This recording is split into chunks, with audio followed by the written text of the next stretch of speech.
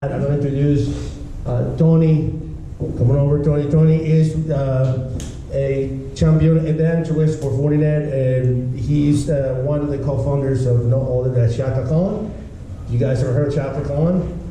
It's in Hawaii. And, everybody wants to go and speak in Hawaii, and the name ChakaCon. It was so easy to get speakers, I'll tell you that. So I'm sure he's got a lot of experiences, and we share a lot of when it comes to the community and what you had to go through to make these events happen. So I looked at his profile and I said, yeah, I'd love to have this guy Keynote, and I am looking forward to hear what he has to say today. So without further ado, it's Tony Yandomenico.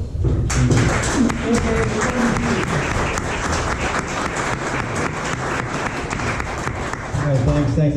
I thought it was pretty impressive that everyone kind of showed up here only kind of 15 minutes or so before it was actually supposed to start. Usually out in Hawaii, it's a lot longer. It's Hawaii time. I was telling them before, I said, if I want them there at 10, I'm telling them they're going to be there at 9. Eventually they're actually there. So real quick, just kind of a show of hands. I asked like what the audience is as far as kind of technical level and kind of where they sort of sit. Is everybody here like super technical? No. Awesome. Because my presentation is a little bit kind of higher level. It's more 101 on some Mitre attack stuff. So, so again, my name is Anthony Giandomenico. Calls me Tony G because no one either can pronounce or spell my last name. I couldn't do it to the 5th grade, but I got it nailed down now. Awesome. So let me just kind of get my presentation up here. I'm actually going to turn my Wi-Fi off as well. The hacker conference. All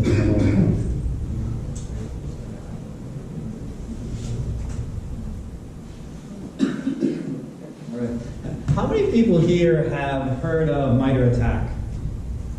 Okay, so a few people. How many have actually operationalized it in their own environment yet? Okay, one back there. Awesome. Oh, cool. So there might be some like nuggets you can glean that you might be able to take back with you. I'm kind of excited about that. So I got, the title of the presentation is really Killing Them Softly with Mitre attack. And I really want to introduce you folks who haven't actually heard of Mitre attack, talk a little bit about that, and then dive into a little bit more about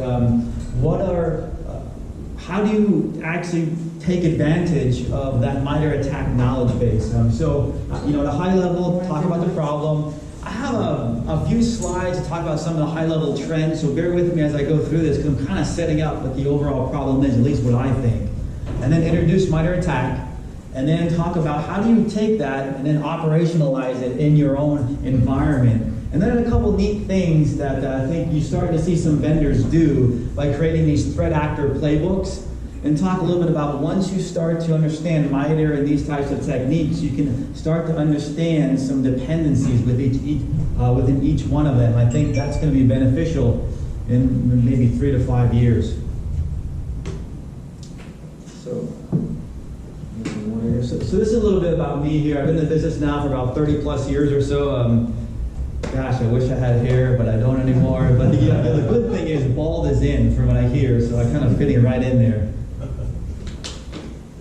This is my first time on a vendor gig. I've been with Fortinet for about 5 years or so, but most of my experience has really been around security consulting. I had a security consulting practice that did the whole full security lifecycle, from penetration testing to security assessments to remediation. I built a couple of security operations centers, and then we had some incident response there.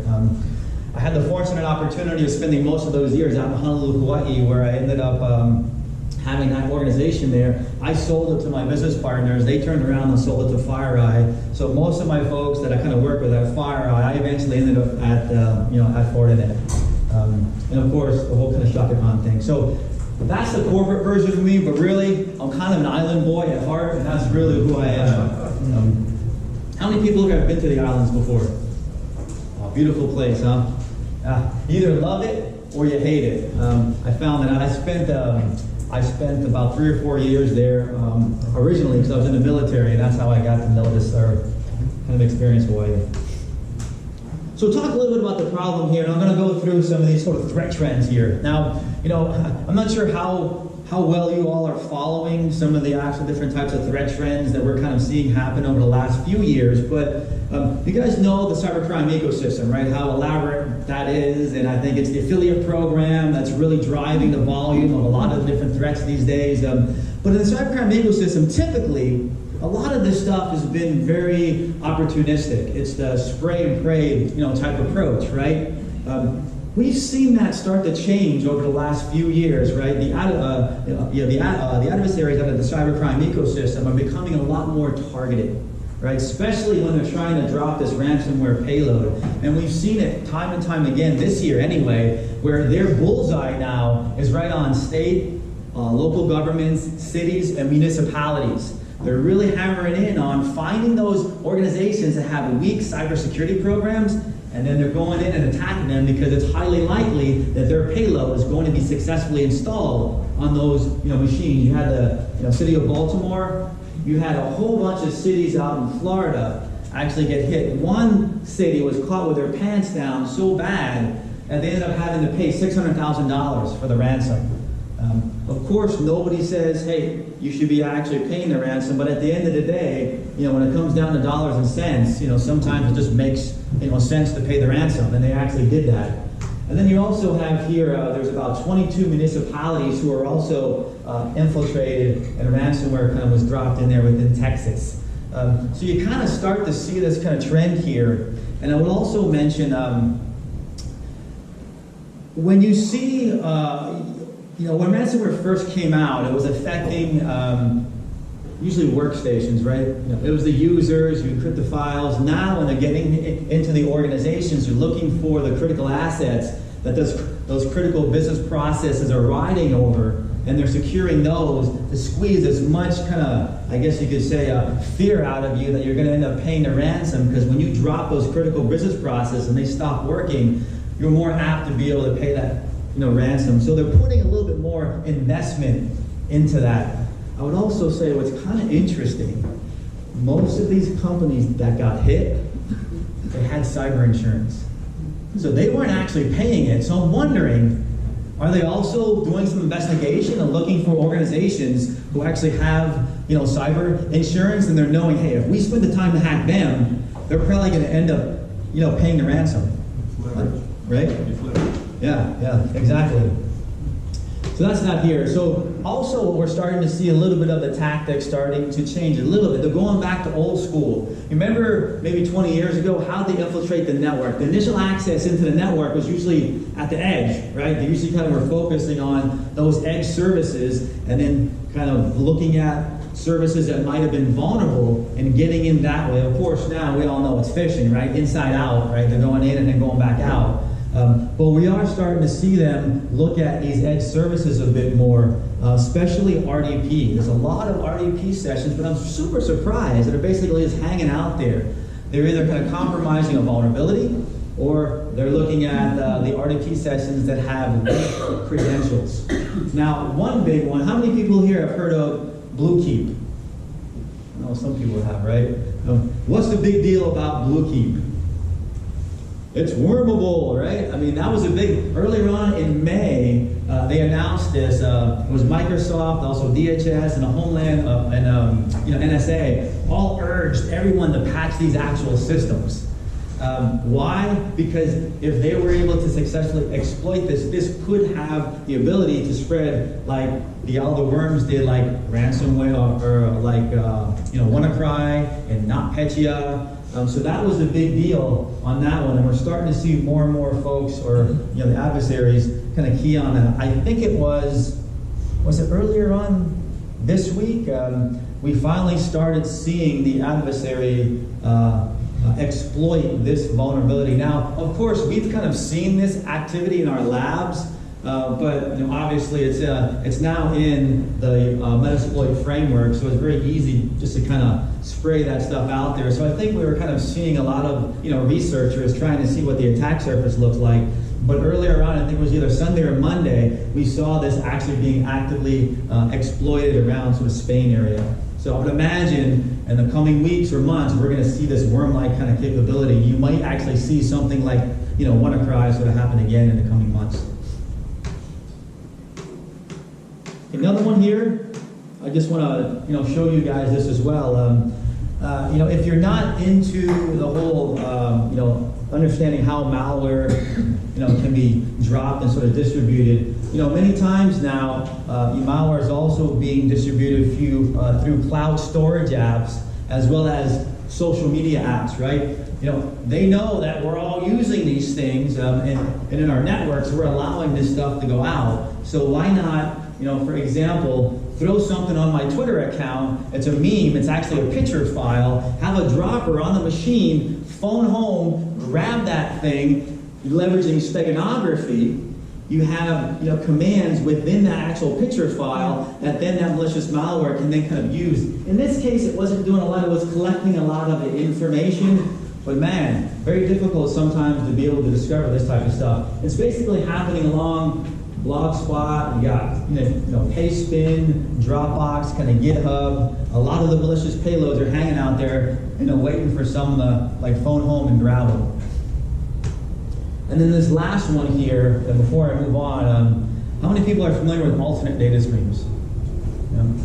How many people that know that malware is kind of stuffing stuff inside alternate data streams? And there's a few, right? I don't see it all the time, but I have seen it for quite a few years. So if you don't know what alternate data streams is, it's basically a feature in the NTFS file system, right? Where you're allowed to, it's almost like if you have you have a bunch of drawers that you can open up and you can put stuff in. And that's basically what alternate data streams is. You're allowed to stuff other things inside a file. And you can stuff a file inside another file. And that's what they were kind of doing here, is they had an actual macro that was then calling this malicious, file or software inside alternate data streams, kind of hiding itself a little bit. So with that, if I gave this presentation to, say maybe it's a closed room of organizations, and I also, along with this, I gave them detailed reports about all the different types of campaigns and what they were actually doing. What do you think organizations would ask for from a threat intelligence perspective to make this actionable? Typically, what are they going to ask for? Huh? Firewall. Well, they're going to. No, I mean to be able to detect this stuff. They're going to ask for IP addresses. Can it give me the domains? Can it give me the URLs? Can it give me the hashes? Also, if I'm a vendor, they're going to ask us, where's the signature? Or if you're dabbling in AI or ML, they're going to ask, hey, does your algorithms, are you able to detect this type of stuff? And that's what we're seeing them ask for. Why? Because it's kind of easy. They have that capability. But as you move up the stack, you can kind of see this is kind of the pyramid of pain here, if you guys are familiar with what that actual pyramid is. Maybe they'll ask for some network hosts and artifacts, but typically they don't have that actual capability. And then lastly, what they should be asking for is tell me the tactics, the techniques, and the procedures, because I want to do the behaviors and be able to understand those behaviors so I can identify them in the environment. But that's tough, because it's very difficult. Now, I really didn't quite sort of get this until a few years ago. I used to do a lot of presentations around the cyber kill chain. Remember back in the day when it was like super popular, cyber kill chain? So I used to talk about, hey, you've got to understand the adversary and the different types of phases that the adversary goes to complete their cyber mission, and you got to have all this stuff. And I thought I sounded good. I don't know. So people will come up and say, great presentation, Tony, that was awesome. What's the tactics and what's the techniques? Nobody really knew what the adversary was doing. It's like, I want to follow that, Tony, but I don't know what the freaking techniques are. And then it kind of hit me. It's like, no shit. We got to figure out how do we get that information out to those individuals, because really, they had limited understanding of those tactics, those techniques, and those procedures. And even if they did have a little bit of knowledge, how are you going to measure, track, and document this over time to really, really take advantage of this information? I think this problem is the problem that Mitre ATT&CK really starts to solve. Now, I think there's a lot of benefits with Mitre ATT&CK, but I think this is definitely one of them. So let me dive into a little bit of what Mitre ATT&CK is. I've just got a couple slides here that I'd like to be able to introduce you to, and then from there you can go to the website and kind of browse a little bit more. But what Mitre ATT&CK did over the last few years, this is a project that they said, hey, let me go out there, all open source outlets, let me grab all the security reports from vendors, from different researchers, let me bring it all in and document it so you know and understand all the different, the actual tactics and corresponding techniques that an adversary happened to go through to be able to complete the cyber mission, at least that we know of today. And they documented it all right here. There's 11, well, now there's 12 different kind of tactic categories and corresponding techniques. So, shoot, if you're in the industry and you really don't know, you're not a threat intelligence, threat researcher kind of person, you go to this website and man, there's so much education that you can start to just learn what the adversaries are actually doing. I think it's awesome. So it gives everyone a really good start. Because what happens is, as you drill in here, and here for example, here is PowerShell. It's a technique that the adversaries are using, to be able to do whatever they need to do to be able to complete their cyber mission. So it gives you an overview of what the actual technique is, right? It also then tells you some examples, how to mitigate it, some detections, and then what operating systems does that really actually work on? And then what are some of the permissions you need to be able to run this stuff? Even what are the logs that you need to grab so that you can actually detect when this is actually happening in your environment? I tell you, it's a wealth of information that now allows you to really get started in being able to identify how your security posture fares up against some of these real-world attacks that are happening out there today. So with that, what I want to do right now is walk you guys through how do we take advantage of this Mitre ATT&CK information, this knowledge base. How do we make it actionable and really start to operationalize it in our own environment? Now, when I look at these different types of SOCs here, how many kind of people work in a security operations center? I know you do. Anybody else? What are the one things that you need to have in a SOC? You need to have use cases. What are you going to be monitoring, right? And I think here, if you don't know what a use case is, it's basically some logical, actionable and reportable component of a SOC, of a SIM. It basically lets you understand what are you actually going to be monitoring and what type of information do you need to be able to collect to actually effectively do that. Now, one thing that I do when I walk into certain organizations is I ask them, hey, what are you monitoring? Guess what response I get? Not all of them, but some of them. I'm monitoring malicious activity. I said, no. Let me be more specific. What are you monitoring?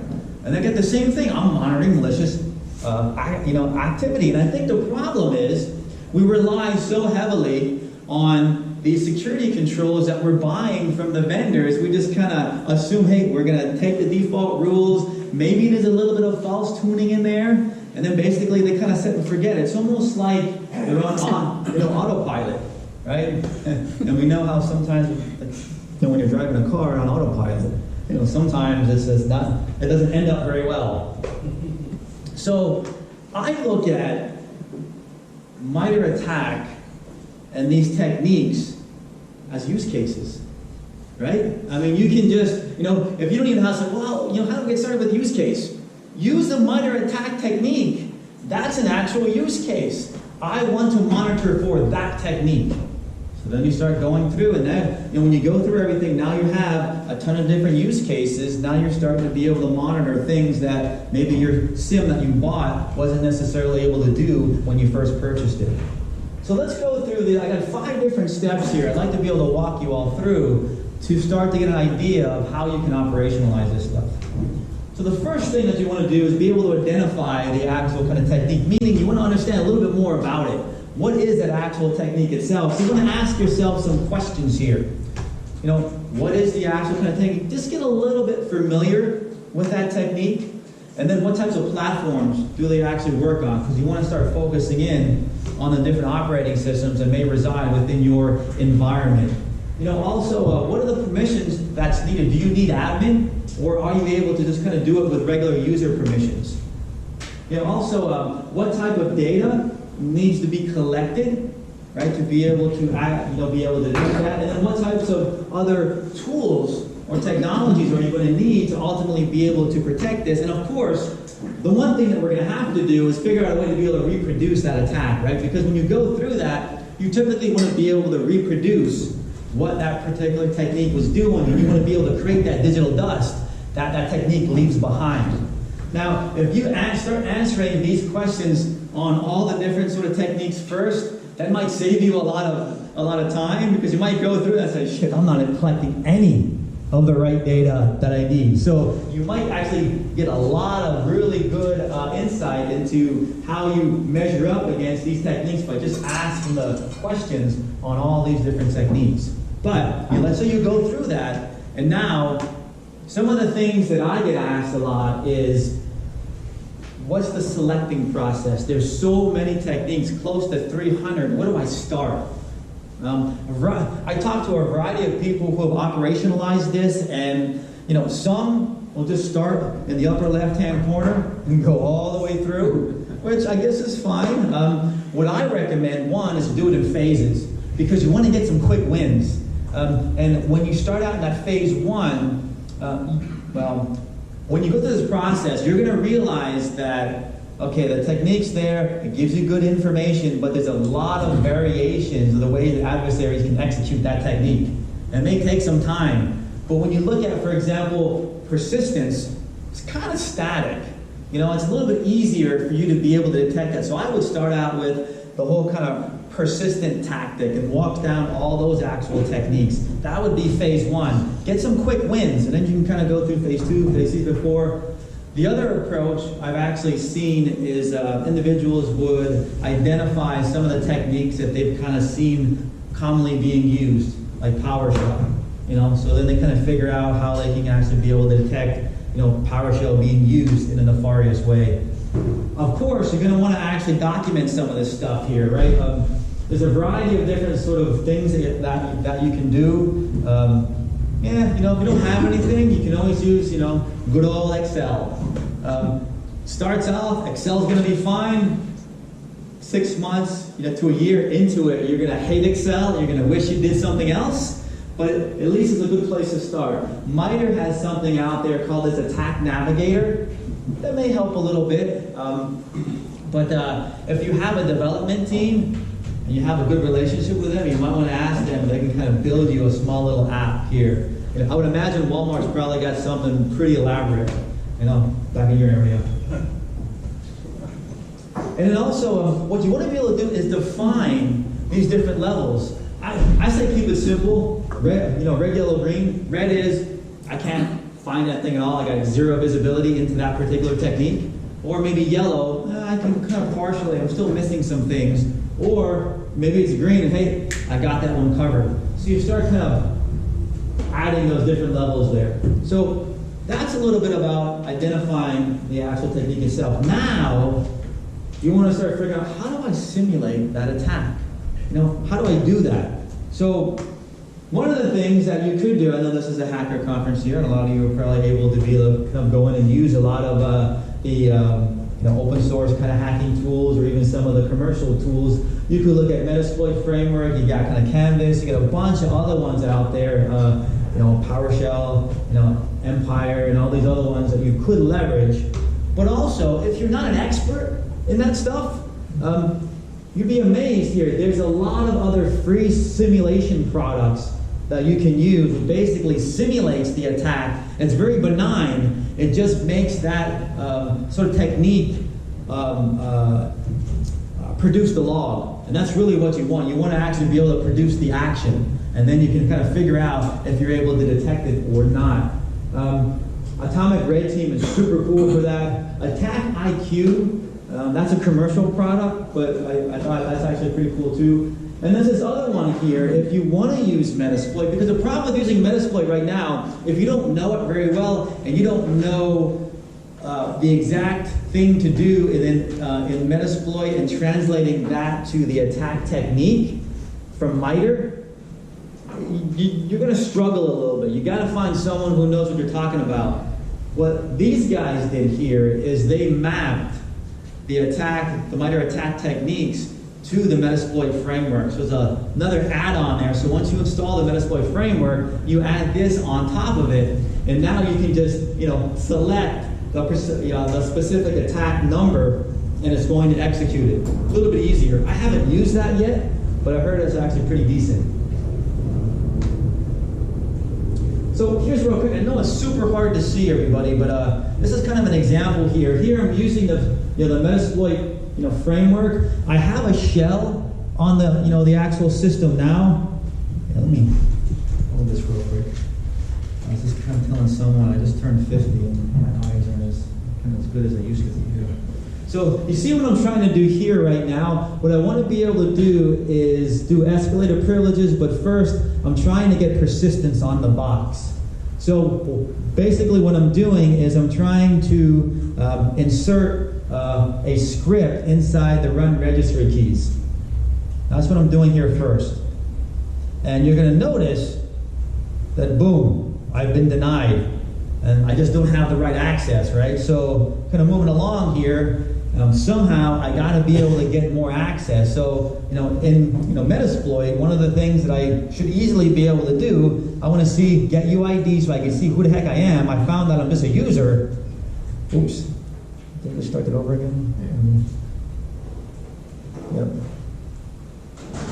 So now get system automatically. It's a nice little way for me to be able to try to get system privileges here. But what you're going to find out is once again, it didn't work. And the reason why it didn't work, I'll tell you. I had this down before. Get here. Go right. Yeah. Everybody know what UAC is, right? When you're on a machine, like physically on the machine, and that thing kind of comes up and says, hey, are you sure you want to do this? Any spare privileges? Yes or no? You click yes, and it's easy. But if you were a hacker or you're trying to attack a machine remotely, you don't have that ability to be able to click yes. So somehow you need to circumvent that. And that's what we got to do now, is be able to get around that UAC. So basically, what I'm going back to do is in Metasploit, I'm going to find one of the exploits that's already there for me to be able to bypass UAC. Let's process here really quick. Let me just fast forward a little bit. And now what that actually kind of did is it's going to give me another session that now has the right access that I need. So I'm going to hop back in that actual session here after I exploit it. Boom. Looks like it worked. And go into that particular session. So now I want to see who am I? Can I actually see this now? It's a little low. But now I'm trying to get system now, and now I got access. Now the fact that I have access, I'm going to go back in and try to establish my persistence. So I'm basically going to do the same reg.exe command in that actual shell, and you're going to see that it's actually going to be successfully pumped in there. So right there, is basically what you would do then to be able to test that specific tactic and corresponding technique. Easy if you know what the Metasploit framework is, but if you don't, of course, some of those simulation tools are really good for you to be able to use. Cool. So from there now you need to, as you start to kind of identify how to be able to simulate that attack, Now we want to start being able to monitor these things, right? I mean, how do we actually monitor or monitor that environment? And one of the things that you want to be able to figure out, do you set up a new environment, like a testing environment, or do you just kind of do it in your production environment? The people that I've talked to over time, I've gone to the Mitre ATT&CK conference, the first year they had, and a lot of people were out there talking about their trials and tribulations of being able to implement this Mitre ATT&CK framework, and a lot of them said, I just do it in the production environment.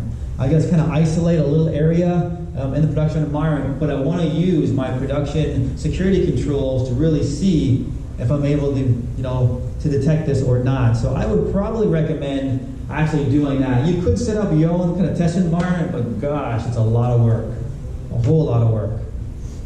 Maybe it's even a hybrid environment.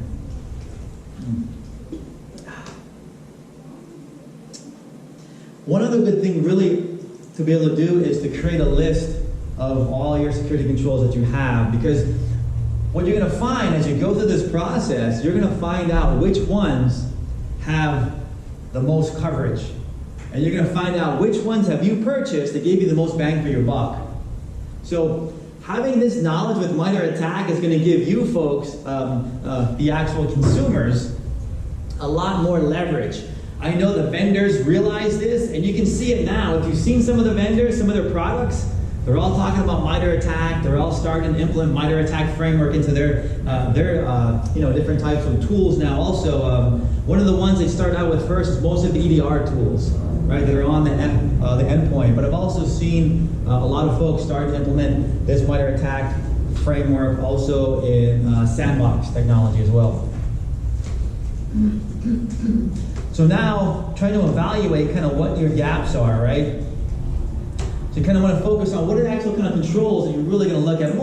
Most of the time, it's really going to be some type of SIM or log aggregator that you're going to be looking for. One important thing that I think you might actually forget as you're going through this is how do you validate the actual collection chain? And I'll tell you really what I mean about that here, in a minute. Make sure that you're looking at the security controls itself and the entire chain to make sure that you're not losing it somewhere else. So what I mean here with the collection chain, so here you put that actual technique out here, maybe you're simulating it, maybe you're using Metasploit or something like that. The first thing you want to look at, did that technique actually execute, and did the logs kind of generate on the box itself?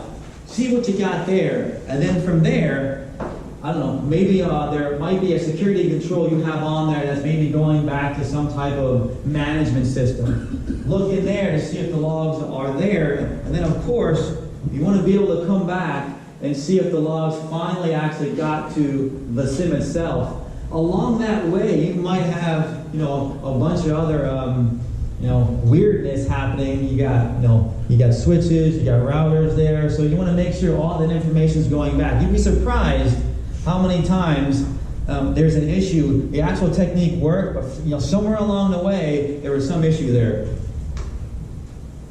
And then lastly here, I'm going to be able to review and improve of what you currently have, right? So once you kind of document, you identify some of your gaps, right? You're going to look at different types of configuration changes you're going to need on the security controls. You might need some additional logging that you're going to have to figure out how to put in place. Of course, you might need some rules, some dashboards you're going to have to create in whatever your actual SIM is.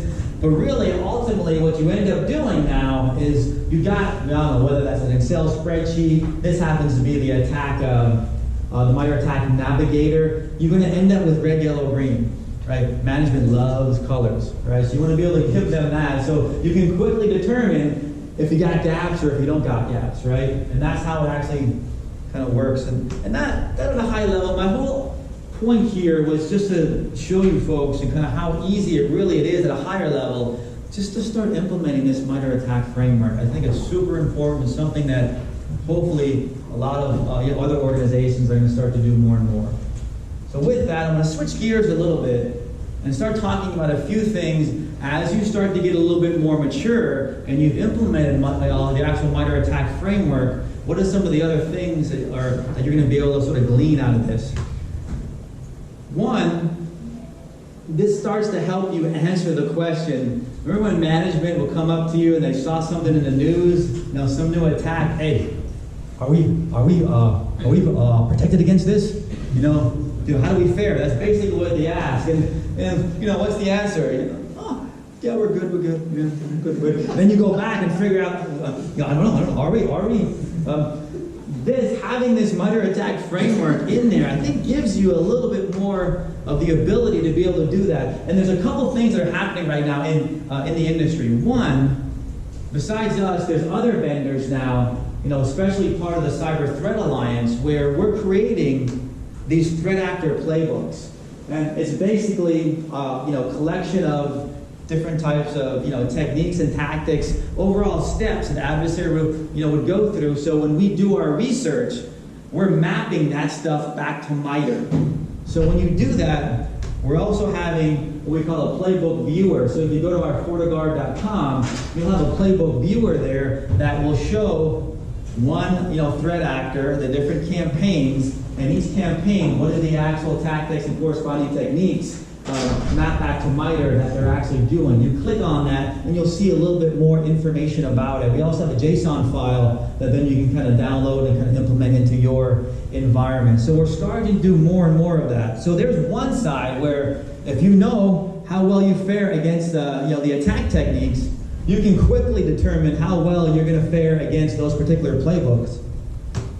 At the same token, if there hasn't been a playbook out there yet for this specific attack that maybe management is asking about, it's really not that difficult. Once you get a good understanding of what the actual TTPs are, then you can start to look at whatever research is out there and you can do your own mapping. In this case, this is something last year, this is one of the orange worm attacks. They're kind of focused on a lot of the healthcare industry. And you can basically map out a lot of this. It's not that difficult to do, and then you can start diving in a little bit more to these actual kind of techniques. In this case, it looks like the execution, they were using RenDLL32 to register that malicious DLL into memory. From a persistence perspective, they basically would start a new service, they give it that actual display name, and they're basically they're executing that malicious kind of payload so it can survive different reboots. And then you go on and on here, where basically what they were doing is they were trying to discover things that were on the box. They were doing a lot of collections. So can you actually detect when CMD is spawned and they're running netshare, net accounts, system info, IP config? Can you detect that type of stuff? And as you go through all of that, and of course here, moving laterally, they're using Windows, admin shares to copy their malware from system to system. You go through that, you document it, you go through, and then because you understand what your capabilities are, now you've got the red, yellow, green here. You can actually see how well you fare up against that particular adversary. My point here is now you come back to management with a little bit more detailed information, and you can say, you know what, we do pretty decent, but you know what, over here, we're totally blind. You know how that also helps? Come budget time, when you want the money to get that particular type of tool, you can say, hey, look, you asked me about all this stuff. We don't, we're blind in this area. They might be more apt to be able to give you the money, to go buy that actual tool. And now closing it up here, I'm just going to finish out the presentation a little bit. Now, once you start to identify and you know these actual techniques, because they are a standard and there's now a common language, we can start to identify some of the attack dependencies. Now, folks that have been in this industry, you're doing IR now and what have you, you probably get a little sense of what is happening now, because if you're doing cyber threat hunting, you probably already know some of the dependencies, but the majority of folks really don't.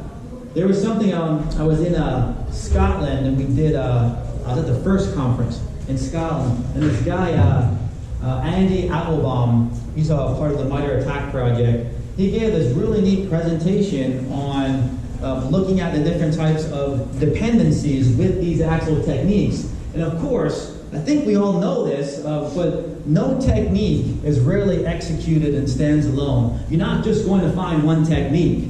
You're going to see that one technique run, and there's probably a couple of techniques that would probably happen before, and you're going to know a few of the actual techniques that the adversary then has to do, to move forward. If you start to understand that stuff, you know that there's going to be usually a chain of, I guess, common techniques that you're going to continue to actually see.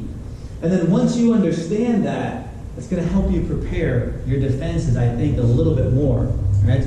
It's like that this technique happens, now I know that these things had to probably happen sort of before, or maybe one of the three, and here's the 3 or 4 or 5 that the adversary can actually do next. Little example on that here, it's fairly simple. You hear about lateral movement all the time, but you might think that it's very difficult, but at the end of the day, moving laterally, that all the adversary needs is 3 different things. One, they need to be able to have the right access, right, to move. So, there's all types of different types of credential attacks. There's token stealing, a whole bunch of sort of ticket stealing, kind of so on and so forth. The golden kind of ticket, the silver ticket, yada yada yada. Once they have that, now they have to figure out a way to be able to copy their malware from system to system. You can do that through our remote desktop. You can use, PS-exec, what a lot of the adversaries do, and then they know that admin shares are always on the box, so they can kind of copy off of those. And then finally, they got to be able to get their malware to execute. They can use PowerShell, they can use WMI, or exploit a vulnerability to be able to do that. But at a high level, these are the 3 things. But you see this here, all that stuff is a bunch of words. If someone else kind of did this exact slide, the information would probably at a high level be the same, but this wording might actually be different. Now, because of the Mitre attack now in the same language, now I have a systematic, documented common language now that I can use. And when you have this now, I think that allows you to start seeing some dependencies. I'm excited right now to see in the near future where we see different technologies go for this automatic threat hunting now. So if you're able to look at these different types of techniques, find some of the actual logs, or the digital dust that's actually left behind, make sure you can associate that with the technology. Now when they see that, now the actual, the machine now can say, okay, well, I'm going to start hunting for things that happened before. I'm going to start hunting for the things that I know have to actually happen next. I'm looking for evidence of that within the logs. And I think that real quickly can start to help you understand the scope of a breach. Yes? Is anybody doing that technique chaining today with their associate? I don't think we have enough data yet. Yeah. Actually, the Mitre guys are. So you see a little bit of it now. I mean, they're able to do it because, and the way that they're doing it is through reports. Yeah. So they're not really seeing it kind of real world. But I will say this, Mitre Attack, I think, is kind of coming out with a membership, and I think you're going to start to kind of see this on a much larger scale, because a lot of other organizations, I think, are going to be providing this information. The more we get the actual more data, then we can start using kind of analytics and see real world, what that actually looks like. So, folks, I'll kind of leave you with this, and I think, in my mind, I love this slide because Muhammad Ali actually said it best. The hands can hit what the eyes can't see. If you don't have that granular visibility into your environment, it's really going to be tough. You're flying blind. So I really would encourage you folks, if you guys don't actually run your SOC, talk to your SOC folks and ask them if they've introduced the Mitre attack framework, have they operationalized it, and just encourage them to actually do so, because it's pretty cool for some of the things that you can do. I'd say on the other side, though, for the offensive side, I think there's some interesting things as well. Mitre has some open source software that they created, Caldera, which actually kind of does some automated, AI offensive stuff. What they do is you basically can create basically a mission. Say, hey, this is what I want to do. Kind of click that, and here are the actual kind of overall sort of like techniques I want to use. Boom, and then you run it, and then it tries to kind of figure out, okay, if I got access here, then I'll do this, and this. So you start to see that coming to fruition now. I'm really excited to see what happens in the near future. So with that said, I thank you for your time, and that concludes my presentation.